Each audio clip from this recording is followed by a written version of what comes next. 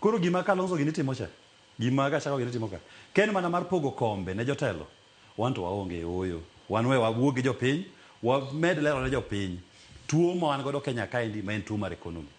Jo ODM be nigi ratiro margi donje broad based. Kendo en ratiro margi tiyo gi William Ruto. To an gima nyalo mana wacho ni kaka mana koro siep gin ODM mana dalawa. Yes. Nwago madala safina ka.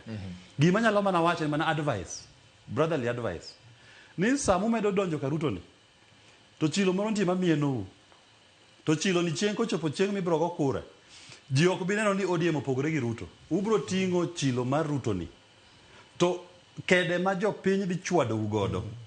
En kede ma pod ichwako sani sama wuoyo kodi ni agulu. Nikech penjrie ni kata fato gima ne koro ketho ne Safina miyo ODM warning. Mara en advice. Willis wacho ni advice. En advice. Ang'ado nu mana rieko. Kede, kwacho ni kede vidwa chwadwago. Nikech ing'eni sama ne kata jakom dhi manyo AUC ni. Nitie gimoro ma kawuoyo go osiepe kamoko man pinje maoko mane wacho ni Kenya chal maneno very unstable. Ni nang'o nikech jo presidency gi nigi intelligence.